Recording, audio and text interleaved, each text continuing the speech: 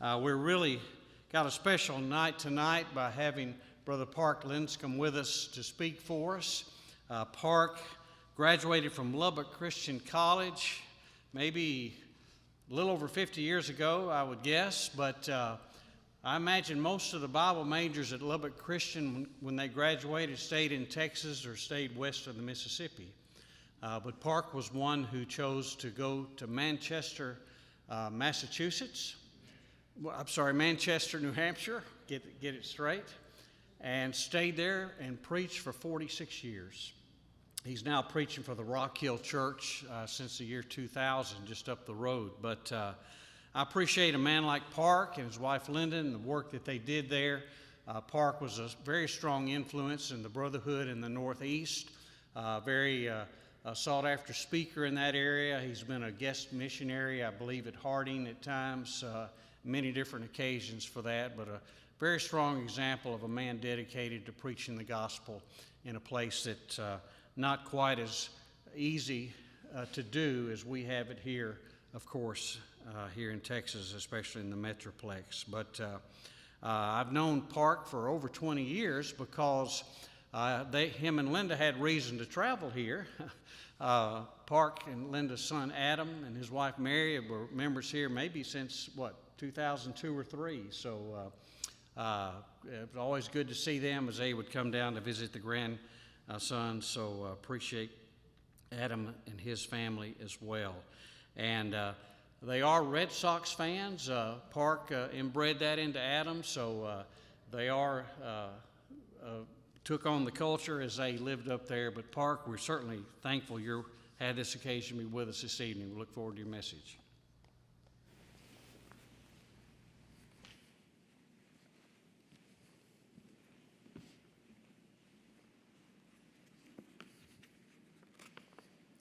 Well, I appreciate the opportunity to participate in this summer series. Here at McDermott Road, there's a great tradition of good, sound Bible teaching, and I'm just really pleased to be able to participate in this summer series that is focused on growing deeper, which of course ends up, implying that we do want to grow, that keeping the status quo, keeping things just as they are, is really not what the Lord wants and desires of us, but it's something that we need to be constantly choosing to and making attempts at growing. So we need to, in our lives, be challenged with such lessons and such series as we're going to be looking at this evening. And this evening in particular, we are taking a look at deeper submission.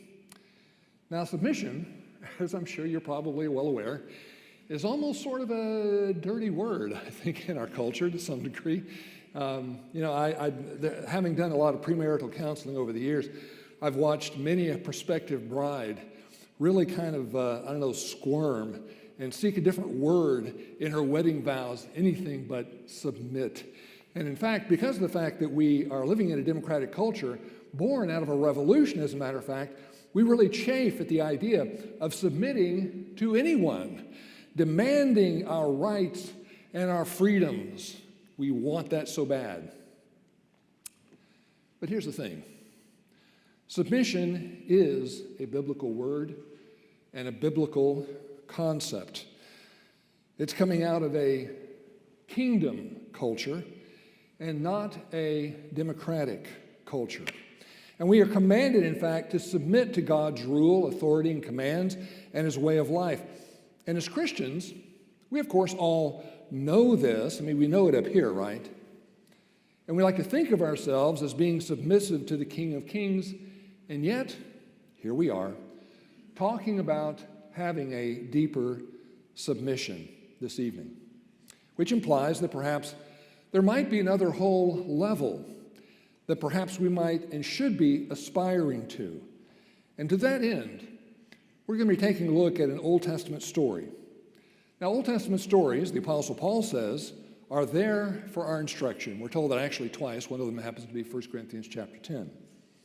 And the story that we're going to be taking a look at specifically comes out of 2 Kings chapter 5. Now, for the purposes of time, I'm not going to be asking you all to read along with me the story. It's a great story. I would encourage you to read that story because you'll probably pick up some details and so forth that I'll not be able to actually touch on all that much. But it's a great story, and it's one in specific that is the basis for submitting ourselves to a deeper submission. The story of Naaman is one that starts off with Naaman being an Aramean military general, really is what he was. From as far as we can tell, he was like maybe the king's top general. He was someone who was very well looked up to by everyone. And yet, despite the fact that he was successful as a general, despite the fact that he had the respect of the king, despite the fact that he obviously had enormous amounts of wealth, we'll get into that in just a moment, despite the fact that he had everything else, he did have this one thing kind of going against him, he was a leper. Well, he happened to, because of the raids that the Arameans frequently made down toward Israel, he had an Israelite girl as a slave.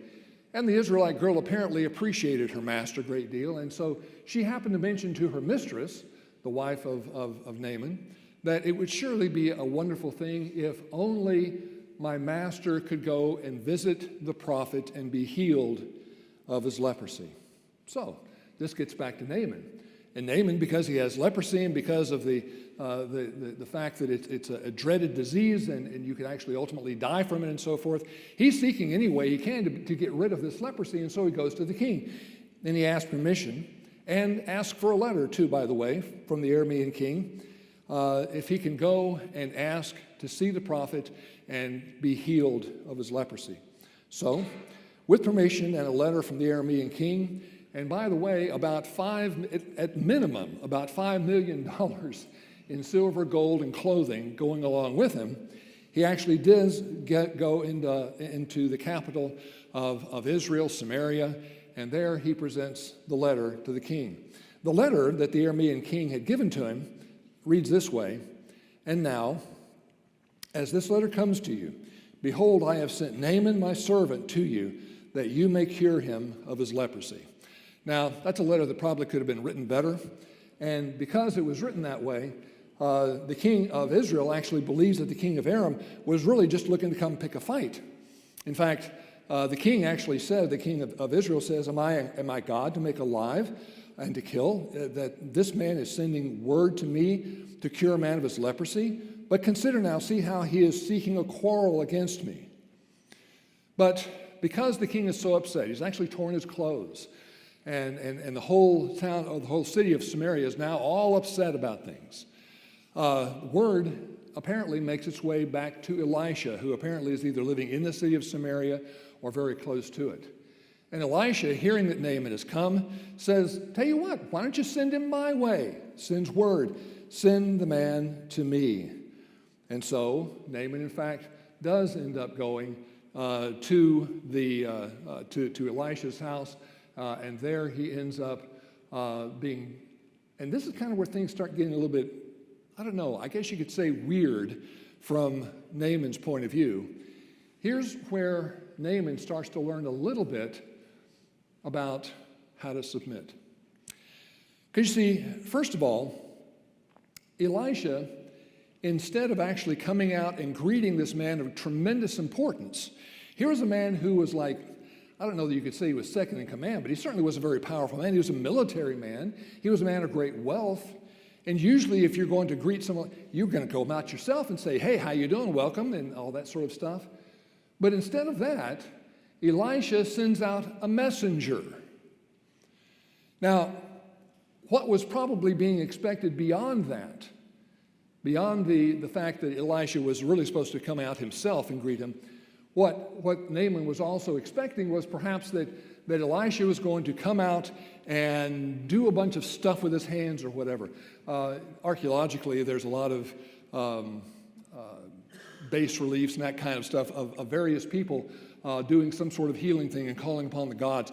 And normally they're all in this position. You have to have your hands raised, your elbows like that, and your palms towards you. And then you end up calling upon the gods, and then you say some sort of a I don't know, magical spell or something like that, and you put your hands over the place that needs to be healed, and then, boom, theoretically, you get healed. But this is not at all what happens with Naaman. Instead, as I mentioned before, out comes the servant and says, here's what you do. You need to go to the River Jordan, and you need to dip 7 times in the River Jordan. Now, Naaman, because Elisha had not come out, and because Elisha had not come out and waved his hands over the spot and done all the usual things, incantations and whatever else, he hadn't done any of that stuff. Naaman is like really upset about this and thinks to himself, well, this is just kind of really stupid. I thought the prophet would come out and wave his hand over the leprosy and make me clean. And in fact, by the way, you're wanting me to go and dip in the Jordan River? Listen, I come from Syria. That's basically what Aram is. I come from Syria, and there's a lot of much cleaner rivers that are there. You want me to go dip in that old nasty Jordan River? And you can kind of see his point. On the left side here is the Abana River near Damascus. It's nice and flowing, it's nice and clear, everything is great. On the right is the Jordan River. Kind of muddy, kind of slow going. You know, he's probably thinking, look, I want to be clean when I come out, not dirtier. But he doesn't really understand. He goes off in a fit of rage. He has no intention of turning around, and yet, fortunately, there was a servant who reasons with him and says, listen, if the prophet had asked you to do some great thing, would you not have done that great thing? Think about all the things that Elisha could have possibly asked him to do. Elisha could have, because he's a military man, he could have said, I want you to go and take care of Israel's enemies over here. You go take that town, I will heal you. He could have been, I don't know, he could have told him to do anything. He could have said, give me all your money. Remember, he had like $5 million plus. He could have said anything. And if he had asked some great thing of you, wouldn't you have gladly done it in order to be cleansed of your leprosy? Well, that does make some sense. Why not give this a try? And so it is that Naaman, and here's the turning point for the story, Naaman decides to submit. And he goes ahead and he does go to the Jordan River. Because you see, submission is something that's important, and this is really important to understand. Submission is also about obedience. It's not enough to simply say, well, I feel submissive to so-and-so, or I feel submissive to God, I feel submissive to my government. But the real test is whether you obey. And Naaman obeys. He makes the trip of like some 20 or 30 miles to the River Jordan, and there, in that muddy old river, he dips 7 times. And as he does so, at the 7th time when he comes up, his flesh is restored perfectly, just like a little child's. Well, he returns back to Elisha's house now, and he is clean, and he is, can you imagine? He's probably singing all the way from Jordan River. You know, he's just having a great time jumping up and down, and he's ready, by the way, the scripture tells it very clearly, he's ready to give him his entire treasure, some $5 million worth of gold, silver, and clothing. But interestingly enough, Elisha refuses the treasure. Now, there's several reasons why it is that Elisha is kind of dealing with things this way. It's primarily because, you see, Elisha wanted to make sure that Naaman got the idea, the very clear idea and concept, that all of this is from the God of Israel. It's not in the prophet Elisha, who could come out and wave his hands over the wound or the leprosy. And it's not because you're giving all this treasure away. How much treasure does God really need? It is because of God's grace and because of his great power that you are now healed of your leprosy. Well, this again kind of goes completely against what Naaman was expecting. But you know what? By this point, he was starting to kind of get it. And he does more than simply submit himself to dipping in the Jordan River, he now submits himself and demonstrates further submission by conversion. He says, okay, you won't take my money? Then please do me a favor. Allow me to take a couple of mules worth of dirt, Israelite dirt, with me back to my place in Aramea. Because there, you see, I want to be able to build an altar, because I now believe that the God of Israel is in fact the only God. There isn't any other God in all the earth. Now, this was a big statement for a pagan. Because you see, in the pagan notion of things, you might have, there would be, in fact, a God over Israel, just like there was a God over Aram, just like there was a God over Babylon, just like there was a God or gods over Greece. But they were all kind of confined to their territory. But read the scriptures again and find out what he says, that there is only one God. There aren't any other gods. He is the God of all the earth. And I want to make sure that I have an opportunity to worship him. Now, this really does kind of go back to some ideas about, again, having the need to have some of the land, as it were, that belongs to the God of all the earth. And so I could get into all that stuff, but it'd take up too much time. But the point, at least, is very simply this. Here's a man who is pagan, who had now converted, even asked permission. He says, you know what? Listen, here's the deal. When I go back to my master, the king of Aram, he's going to be wondering why it is that I'm not necessarily a big follower of Rimmon. It was the god of Aram. And yet, I know there's really only one God. I want to ask permission and ask forgiveness that whenever the king wants me to go into the temple of Rimmon, and he bows before the god Rimmon, and he kind of, forces me to bow before, listen, I want you to understand and realize, I want the God of Israel to understand and realize, I am not bowing down in submission to him, because I know there's really only one God. Well, now, the story does go on and talks about the servant Gehazi and how it is that after Naaman leaves, Gehazi says, well, if Elisha doesn't want some of that $5 million, I could use a few nickels. So he goes and he tries to get some and ultimately ends up getting leprosy for his efforts. But that's really kind of beyond what we're trying to really focus on this evening, which is submission. So what is it really that we can learn about submission and deeper submission, as a matter of fact, as we're taking a look at all of this?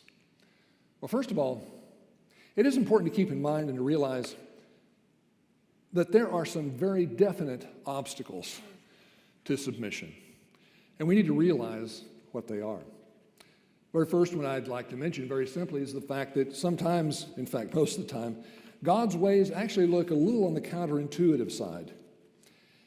It certainly had obstacles for Naaman. When God's way looked pretty odd to Naaman, it actually at first kind of turned him off, right? He didn't really want to do it because this was just too weird. It was counterintuitive. It wasn't at all what he was expecting. And really, that's the way that God's way oftentimes look. It's not what we would have guessed, not what our worldly wisdom would have come up with. Naaman was expecting the prophet to come and wave his hand over the leprosy and heal it, or wash perhaps in cleaner rivers. And today, the world is full of all kinds of accepted wisdom that's really wrong, religiously, marriage and family-wise, even with regard to sexual morality. And two, in the category of God's way being counterintuitive, it oftentimes God's way looks illogical. And submission actually ends up becoming then a test of our faith. When God says, do that, and it doesn't look logical, do that, and it doesn't look intuitive, it's not what we would expect. It turns out to be something of a test of faith. You ever been there? Read something in the Bible, perhaps, and thought to yourself, why? Something perhaps that might fly in the face of current cultural trends, issues like gender roles or instruments in worship. To some people, reading about baptism, which is kind of a parallel to Naaman's story, right? For forgiveness of sins, just doesn't quite seem right. It's not what they would have expected. And paradoxically, think about these things. Jesus ended up saying in John chapter 8, verse 31, abide in my words, and then you know the truth, and the truth will make you free. Abide in my words, and you get freedom. That's on the paradoxical side. Or love your enemies. Really? Pray for your persecutors. Really? Die to yourself so you can live eternally. I don't know. Be humble to be exalted. These things don't seem logical to the worldly mind, but they're God's way. And no matter how counterintuitive or logical they might seem, we need to submit to them. But you know, sometimes God's way is even worse than counterintuitive. Sometimes we might view it as just plain crazy. There's plenty of examples of all that in the Old Testament, right? Here, you've got the Egyptian army behind you. You've got the Red Sea in front of you. So what are you going to do? Walk into the Red Sea? Really? That just seems a little on the crazy side. Or how about walk into the Jordan River at flood stage? Or how about walk around the city of Jericho and shout when you're prompted? Or step out of the boat and walk on the water? Or feed a multitude with a little boy's snack? Really? Well, that's just crazy. But modern examples might be, I don't know, missionaries that leave a comfortable position to put themselves and their family in a precarious financial position and have faith in God. Or giving sacrificially. But you know what? There's also one other obstacle that stands in the way of our submission. And that is that I frequently want my own way. Naaman was rich and a successful general in the army of the Aramean king. He was used to having his own way about different things, and when things didn't go as expected, he got angry and started to ride away. But you know what? That problem is not just Naaman's. That problem is frequently our own. Getting past our own pride and willfulness is absolutely crucial to submission. Voluntarily getting off the throne and trusting in the God who loves me, trusting that he has my best interests at heart, and he therefore is worthy of my submission to him. And in connection with this, we need to also realize that we ourselves really cannot dictate the way and the method of receiving blessings. Yes, in Naaman's world, there was a way in which getting the blessing of healing was usually done. We've already talked about it before. Naaman expected the prophet to do what all the other pagan prophets did. Come out, wave his hands and so forth over the infected place and say the magical words that would compel the gods to heal, and then pay him, and then move on. That was what was expected. But not this time. And Naaman could not dictate the method of healing. Now, the modern world in which we live has a lot of their own presumed methods for receiving the blessings of, well, goodness and righteousness and functionality and so on and so forth. For example, they like to think that they have the method that works for receiving the blessings of happy, functional homes with well-adjusted children. Well, of course, you end up following the latest influencer on Facebook or TikTok or whatever else it happens to be, right? Or perhaps you pattern your family after the Modern Family on TV. Or perhaps the Gilmore Girls because you really want to be a friend to your child.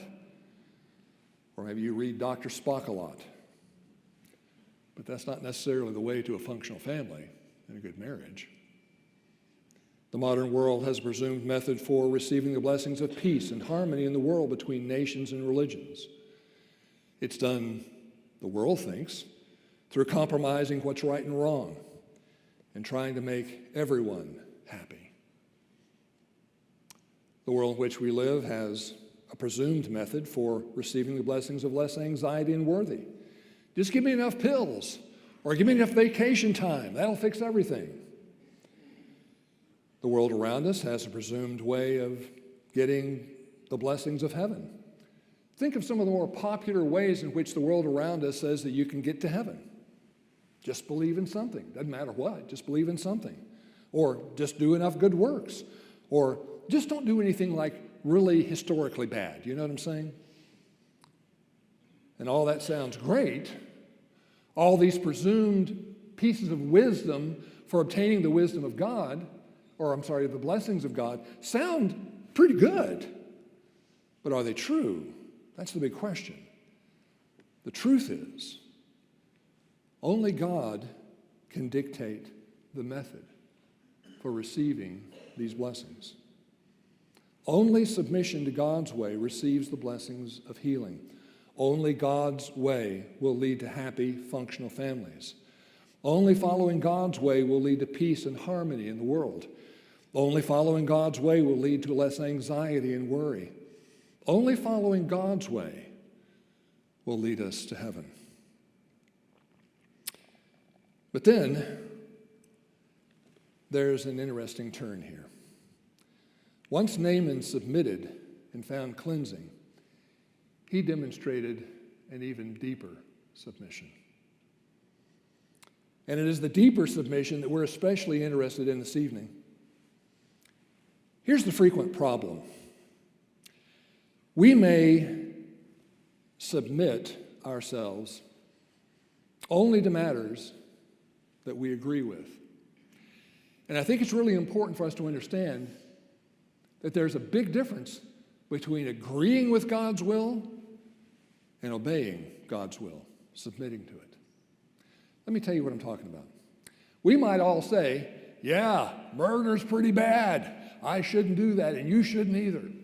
We may say, yeah, lying and stealing, that's pretty bad, and I shouldn't do it, and you shouldn't do it. I agree with that.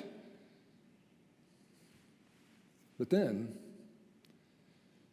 yes, loving others is right, and I will do that as long as they are civil to me.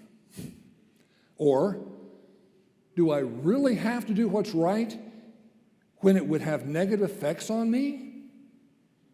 Or, do I really have to endure suffering? And there's the rub. We can deceive ourselves into believing, in fact, that we are obedient and we are submissive to the Lord when the truth is we really are only agreeing with Him. And there is a difference. The real test, you see, is when we obey and submit when we don't want to. Think about Jesus in Gethsemane. Father, if it is possible, let this cup pass from me, yet not my will, but yours be done. Submission, deep submission. Or consider the Apostle Paul, as he, before he was even baptized into Christ, heard, for I will show him how much he must suffer for my name's sake. Boy, there's a real, come on and get baptized kind of a line, right? Let me show you how much you're going to have to suffer. Naaman submitted deeper. He, of course, as I mentioned before, said, now I know that there is no God in all the earth except the God of Israel. Let your servant at least be given 2 mules' load of earth, for your servant will no longer offer burnt offering, nor will he sacrifice to other gods, but to the Lord. The blessings of the first submission, you see, led him to deeper submission to the one true God. Naaman's conversion was going to be going against the flow at home. He was even taking a chance with a king who worshiped Rimmon. But the observed blessing and grace of the God of Israel led Naaman to a deeper submission. And it will do the same also for us. Romans chapter 12, verse 2. You might actually be able to quote some of this with me. It says, and do not be conformed to this world, but be transformed by the renewing of your mind, so you may prove, this is the part I wanted to get to, so you may prove what the will of God is, that which is good and acceptable and perfect. What Paul is saying there, among other things, is that there is a growing aspect to our spirituality, including our deepening submission. You see, the transformation that he's talking about includes submission to God's will. And it's done, he says, by the renewing of the mind, taking on a different sort of mind. That is, first of all, humility before God, understanding that he is greater than I am and I am his creature, and realizing also that his love and grace for me, having my best interest at heart, makes it possible for me to endure and obey and submit to anything. Don't know if you've ever thought about it before. In Exodus chapter 24, the leaders of Israel joined in a special meal establishing a covenant between God and Israel. And in verse 7, they say, all that the Lord has spoken we will do, and we will be obedient.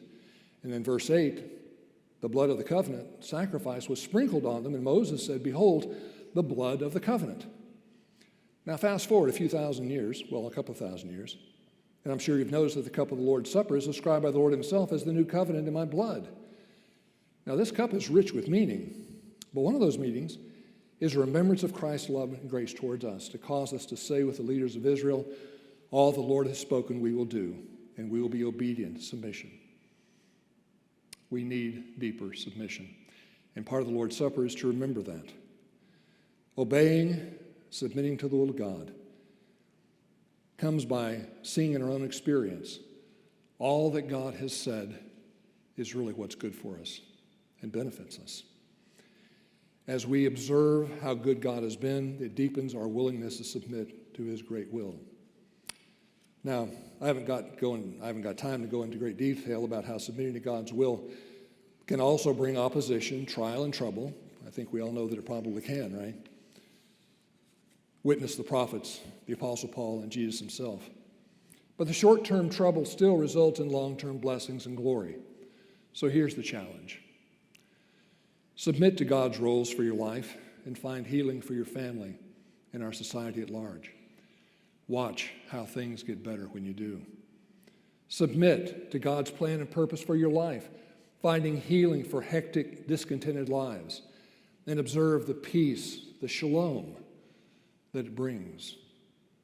Submit to God's laws, finding an unexpected freedom and healing for the moral confusion, contradictions, hatred, divisions, and more. And watch how things improve. Submit to God's plan for salvation, finding true healing for your soul's dread disease of sin and death, and feel the true forgiveness.